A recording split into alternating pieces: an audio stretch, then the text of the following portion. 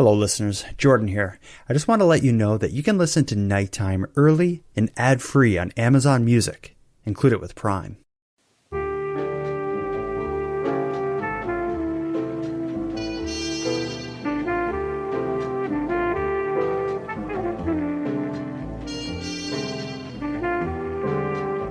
You are tuned to the Nighttime Podcast, focused on the fringe of Canada.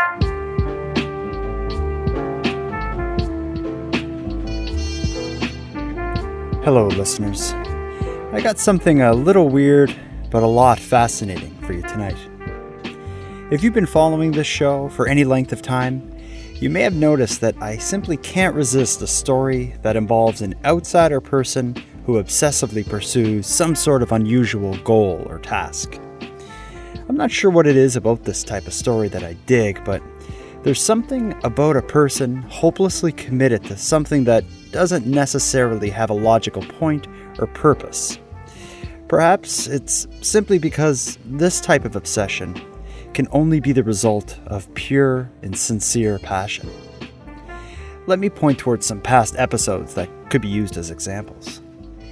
In the past, I've covered Frankie McDonald, a man from my hometown who is known around the world for his passionate weather reports that he shares on YouTube at a prolific frequency. Then there's the controversial musical artist Tonetta, a 70-ish-year-old man from Toronto who's been writing and recording heavily sexualized music and creating music videos since music videos existed. And of course there is another example, but don't really want to get into it. Let's just say it's the story of a guy who is really into leather somethings. But that's all I want to say about that one. So I'm going to move on to tonight's story. We're going to be talking about another person whose obsession has earned them a spot on the map of bizarre and unusual Canadian people, places, and events. According to him, the story starts in the 1970s when two extraterrestrials entered his home through his television set and took him aboard their spaceship. With these extraterrestrials, he traveled to their planet and learned engineering concepts previously unknown to mankind. And after returning to Earth, and from that point on, David Hamel would dedicate nearly every moment and every cent he had following their instructions and attempting to build a flying saucer with hopes of one day returning to their planet. So yeah, this is a weird one. In tonight's episode, we'll be joined by Dr. Matthew Hayes, the director of the film about this story, titled The Granite Man of Gilmour. And our topic is David Hamel and his granite saucer.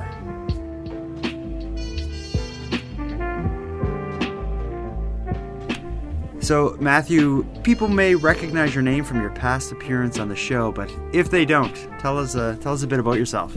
Yeah, okay. So I am currently an instructor at Northern Lakes College, which is actually in Northern Alberta. I teach remotely, though. I live in Ottawa. I teach history, sociology, philosophy, and prior to that, I did my PhD at Trent University in Ontario, where I wrote a dissertation about the history of Canada's UFO investigation, which lasted from 1950 to 1995. And I have some other projects on the go and following up with that. And my most recent project is actually a short film called The Granite Man of Gilmour, which is related to that research and kind of came out of it. So a lot of people consider themselves like UFO researchers, but I think you're one of the only like doctors who could be like, I'm kind of a doctor of UFOs. Is that fair to say?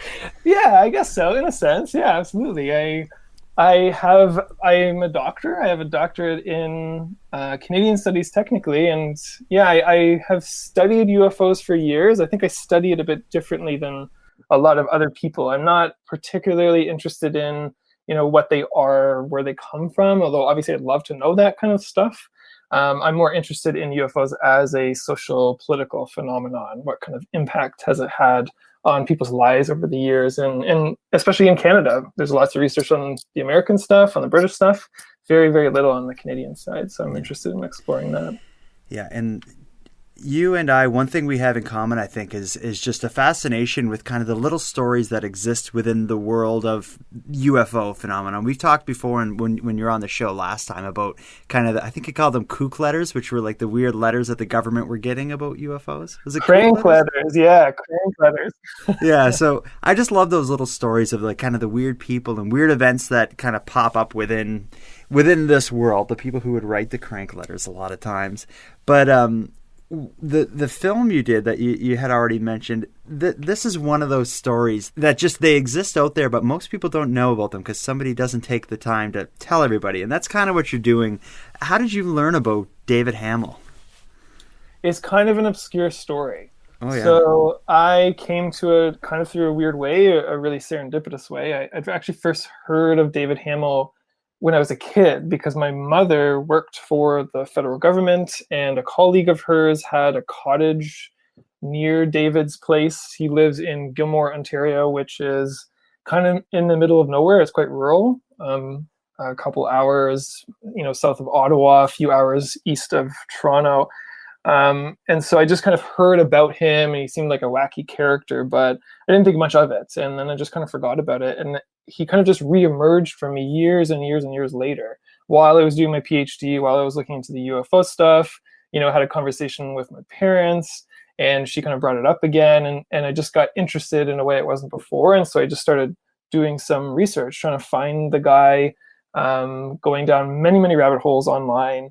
And then eventually I just met someone who happened to know of someone else who happened to know him. And through all these weird connections, I met a journalist from Bancroft, which is very close by Gilmour, who had known David personally. And then he introduced me to the person who now lives on David's property, because David passed away about 10 years ago. And so just through a lot of luck, really, and a lot of perseverance, I kind of found my way to this story again.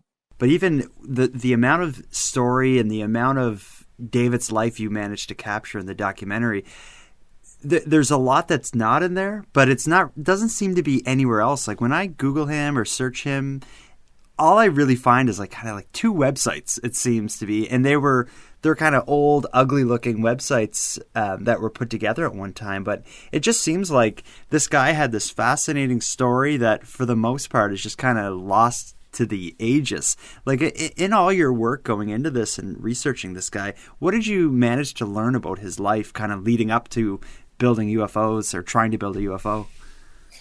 I'm not sure that I learned a ton. And you're absolutely right. He's just kind of faded away a little bit. He was never that well known in the first place, but I think in certain kind of obscure circles on the internet, he's well known. And part of kind of a tradition of guys interested in similar things, in alternative physics and free energy and the connection with that with UFOs.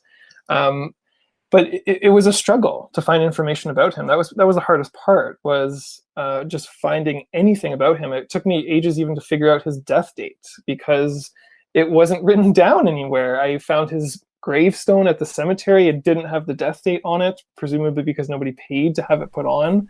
I ended up having to call the cemetery volunteer board, and they had to look through their rolls to figure out when he died.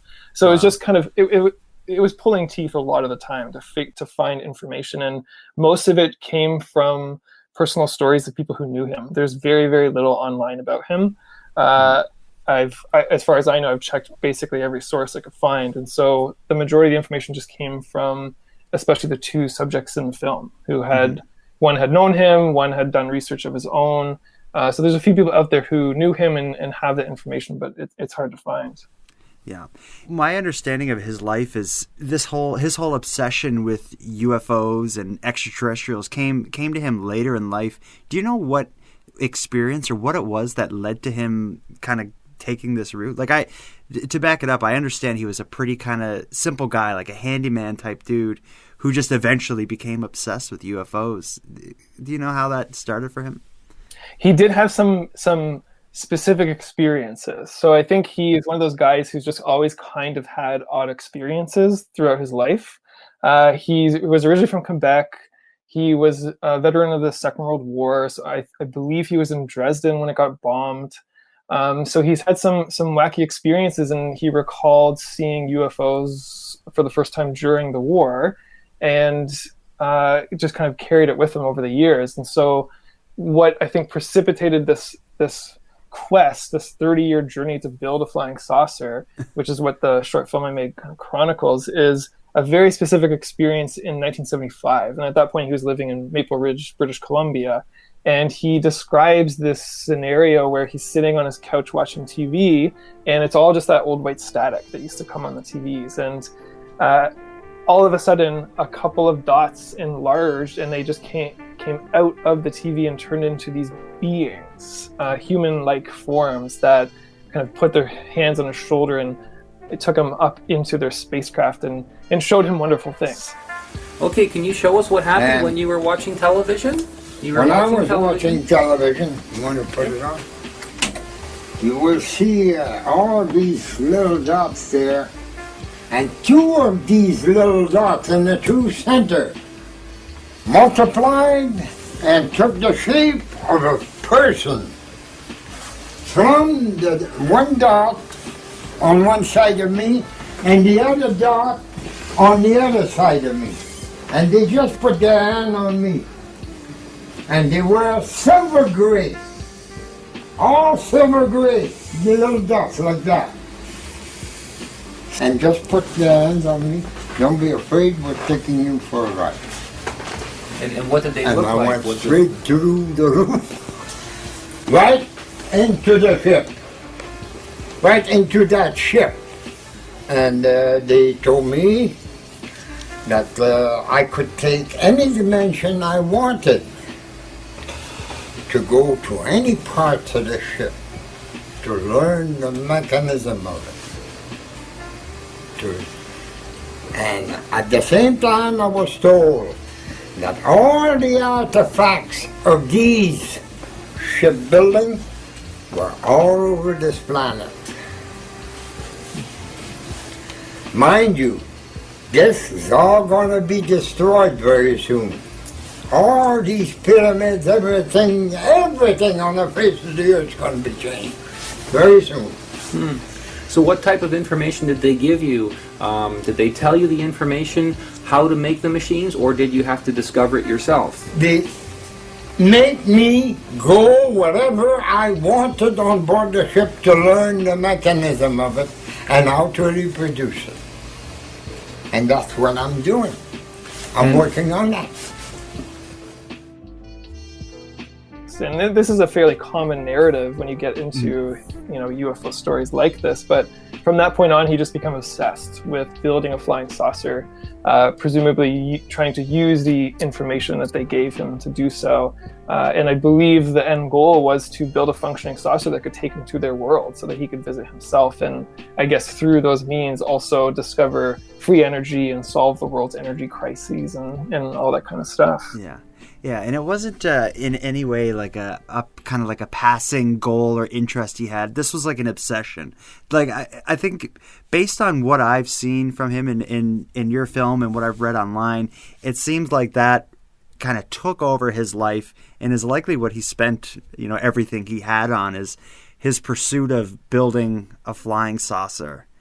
I think so. It seems clear to me that since the 70s, that was basically all he did. He was, as far as I can tell, he was a kind of a handyman, a tradesman. He was fairly skilled, but he didn't seem to have that much steady work, especially once he moved to Ontario from BC. I believe that he lived off a couple of pensions, a veteran's pension, maybe a disability pension, and he put all of his time, all of his money, all of his resources into building this saucer, because I guess he was just completely convinced that this was real and that if he worked hard enough, this was going to work. Yeah, and you see it in your film. You have some of that archival footage of him kind of explaining his theories and showing his drawings. He is beyond passionate. Like it's kind of like you can see it in his face. It's like he knows he's right and he's trying so hard to explain it to the people who are filming him. It's almost frustrating to watch. He's just trying to to get it out at them. But his ability to explain it leaves a bit to be desired, I think, because some of his theories seem to be over my head anyway when he gets into what exactly he's trying to do. Yeah, that's something else I've noticed kind of in that tradition of guys doing this thing is they often have very, very idiosyncratic understandings of physics. And so you'll see them grappling with these concepts that, at first blush don't make any sense at all. Possibly when you get more into them, they bear some resemblances to science as we know it now. But of course, if this is all true, then perhaps it would be completely unintelligible because it's coming from some advanced, species. But yeah, there seems to be a common thing is that he wasn't a trained scientist, he wasn't a physicist, he didn't have the language to understand this stuff, so he made up the language himself. And of course, nobody else but him could really understand it.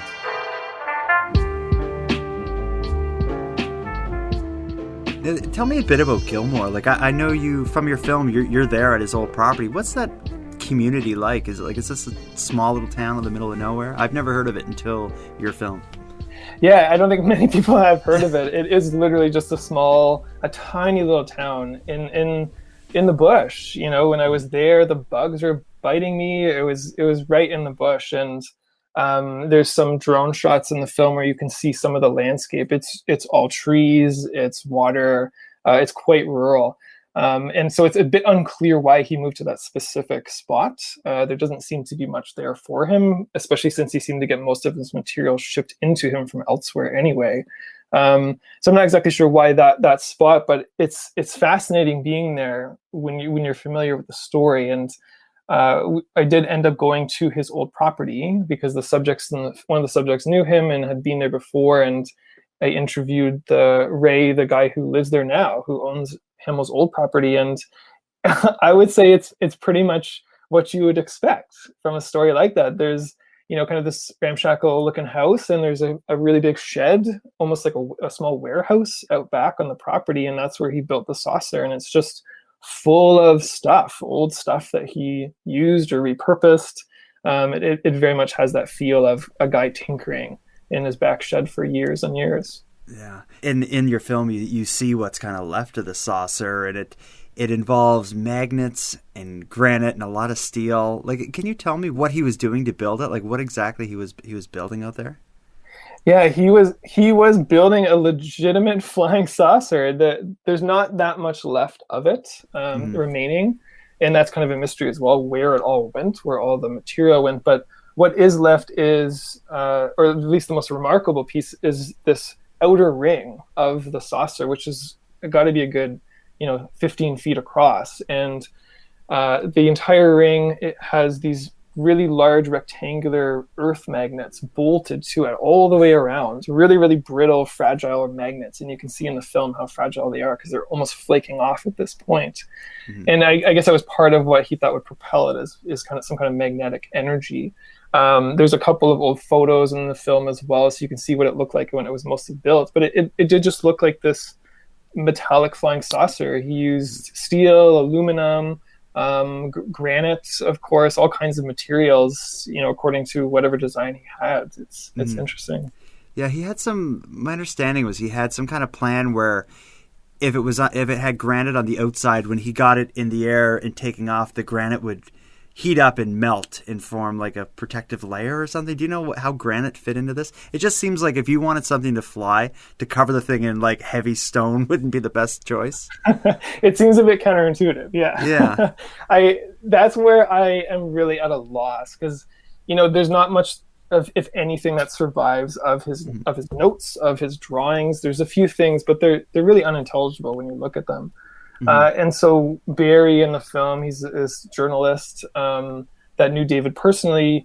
Apparently David told him at one point that if the thing worked properly, it would ascend, and once it passed through the atmosphere, I guess it would grow so hot that apparently the granite would turn into glass. Okay. I don't know what the physics of that are. It seems unlikely to me, but I'm also not a physicist. I'm not a scientist like that. What would a doctor of UFOs know about physics? Apparently not much. Not as much as I would like to. But yeah, it's pretty wacky, the stuff that he was talking about, and some of it's hard to believe. But then, I think for me, I don't understand enough about the physics, but that's not really also why I was interested in it. I was interested because of his obsession and because of his perseverance. I think there's something to be admired there, even if not many people believed in what he did. It's fascinating. And in your like the archival footage of him seen in your film, he at that point like he was already an old man. Like when did he pass away? What year was it? And how old would he have been? So I think he was 82, and he died. Well, I'm going to blank on this. I think it was 2009 or 2010. I'm pretty sure it's in the film. Yeah. So only about 10 years ago, he passed away. And yeah, I had this a bit of archival footage in the film that I managed to track down and use. And some of that is accessible online. Actually, you can search for it.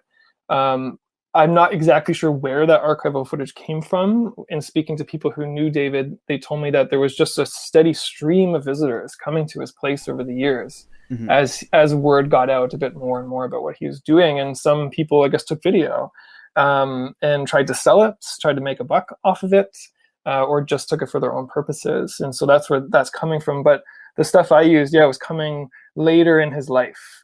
He's definitely older. It doesn't seem like he's working on the craft that much at that point. Maybe the work had stalled, or he was just getting too tired or something. But yeah, and kind of when you watch some of the like I saw the footage used in your film, and then kind of extended versions of that I found online. And just like you said, it almost seemed as if it was just people who found out about him somehow, showed up at his house with like a camcorder, and he's just going, like, just telling them. That's kind of it doesn't seem like it's a journalist or something that's there. It's just people like, what are you up to?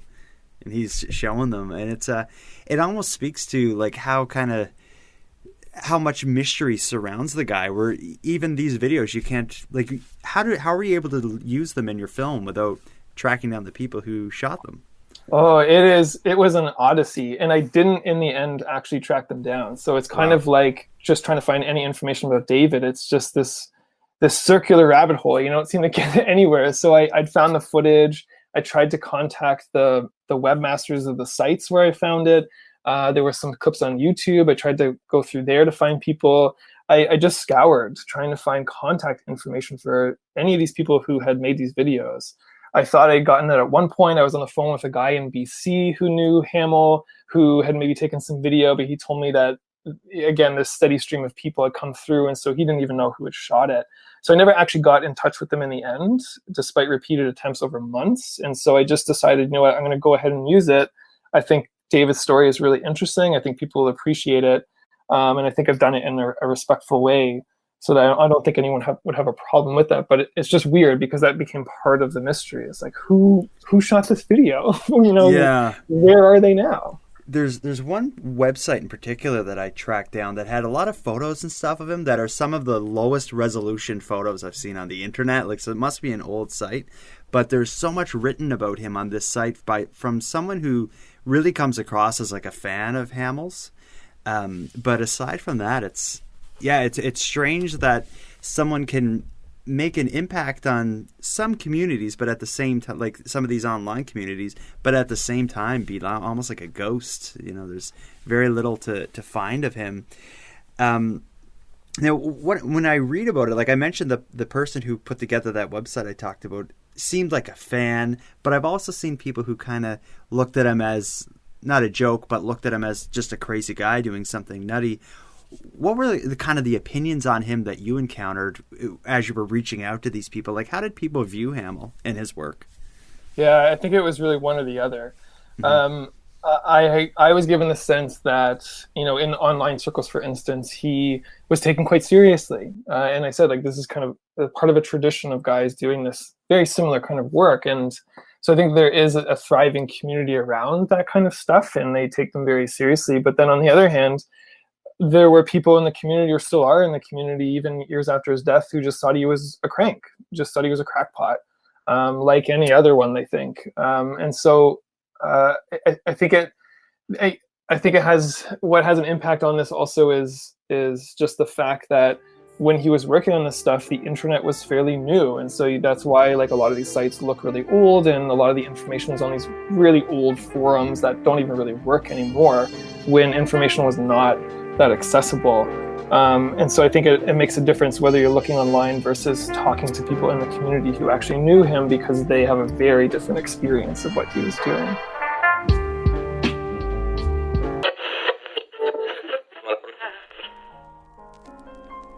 Sorry to pull you away from the episode, but I want to take a moment to thank the subscribers of the Nighttime Premium feed, as it's their support that makes this show possible. If any of you listening enjoy Nighttime and aren't subscribed to the Premium feed, let me take a quick moment and explain what you're missing. For about the price of a cup of coffee, you can subscribe to a different podcast feed in which the episodes are posted earlier than here in the free feed and are done without any advertising. But there's more benefits to the premium feed than simply better versions of the free content. The premium feed also includes post-show discussions and a variety of additional content that will take you even further into the rabbit holes. So if you got a couple dollars to pitch in towards the creation of Nighttime, the premium feed is for you. You can access the premium feed at patreon.com/nighttimepodcast. So with that said, again, a huge thanks to all subscribers to the premium feed, and a thank you to everyone else listening for considering it. Now, let's get back to the episode.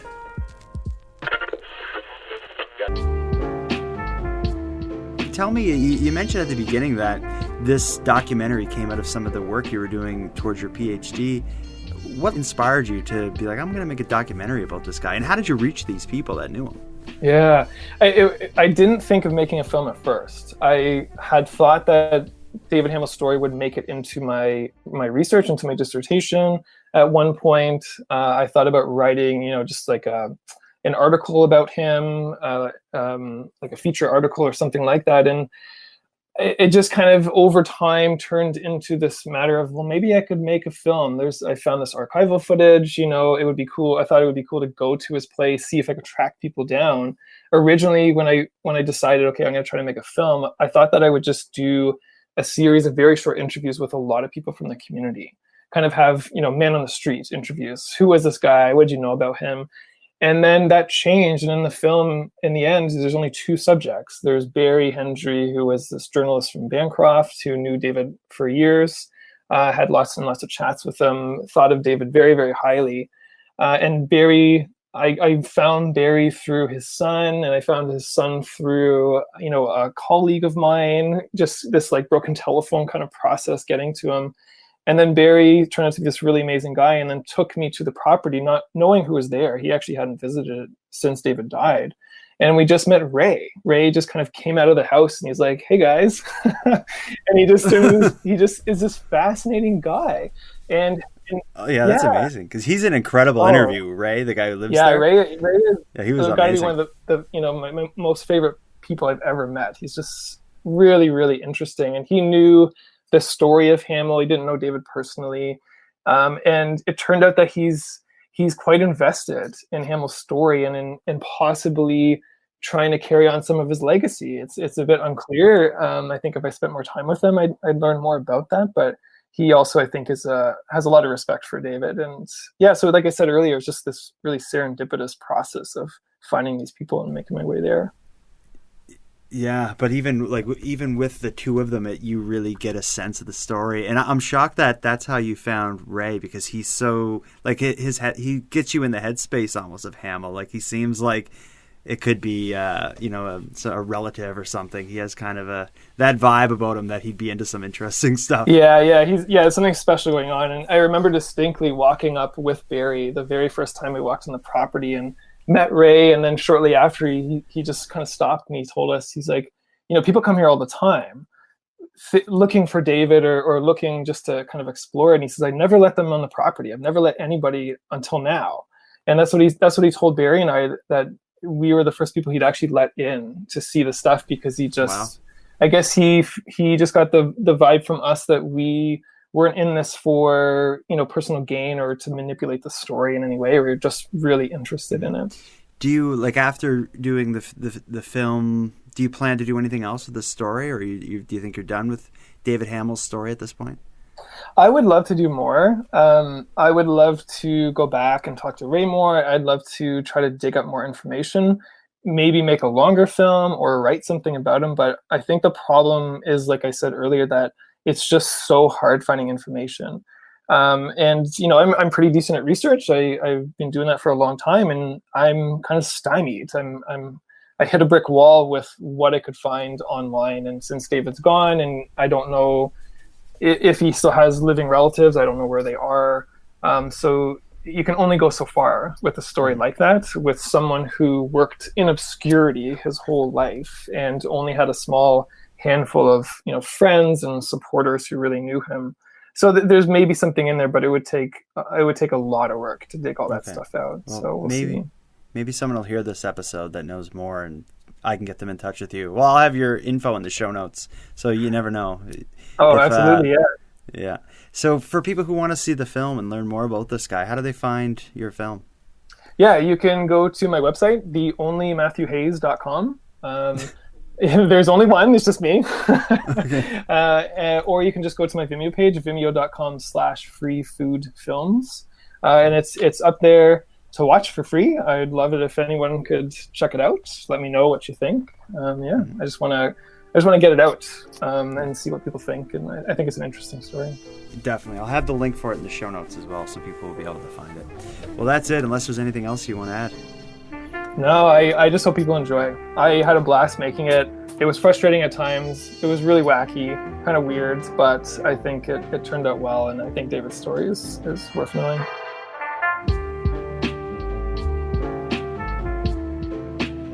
I want to end by both recommending that listeners interested in this story check out Dr. Hayes' film, and also encouraging anyone with knowledge of Hamel's story to contact Dr. Hayes or I, as I think we'd both love to hear more about David Hamel, as well as his work building a granite saucer.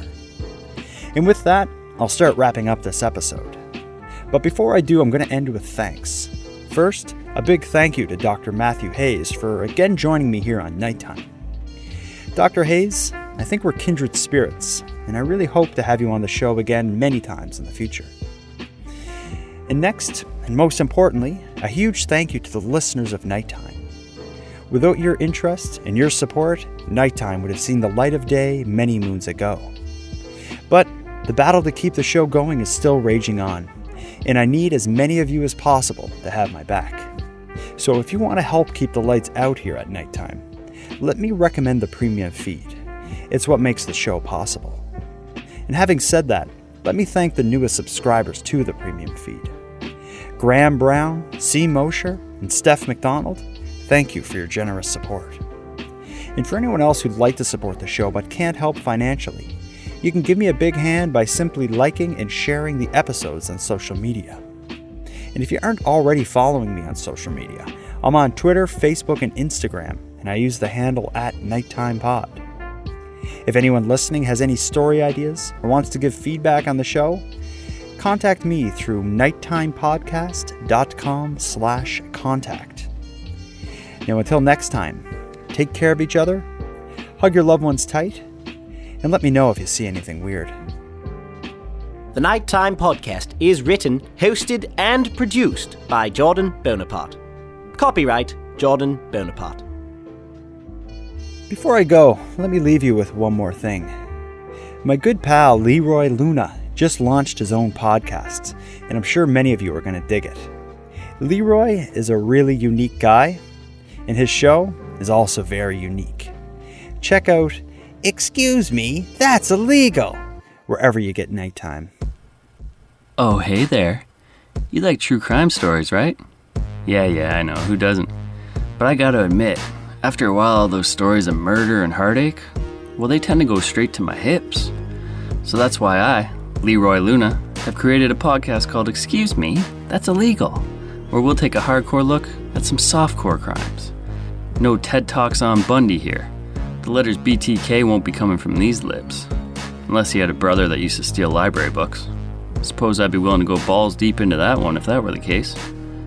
Anyways, you'll hear stories such as the Mad Pooper, a female jogger who wreaked havoc in a Colorado Springs neighborhood, using one family's front yard as her own personal dumping grounds. If this kind of content sounds like it's up your alley, Excuse Me, That's Illegal is available right now on all your favorite podcatchers. So come join me. I'll be right here waiting for you.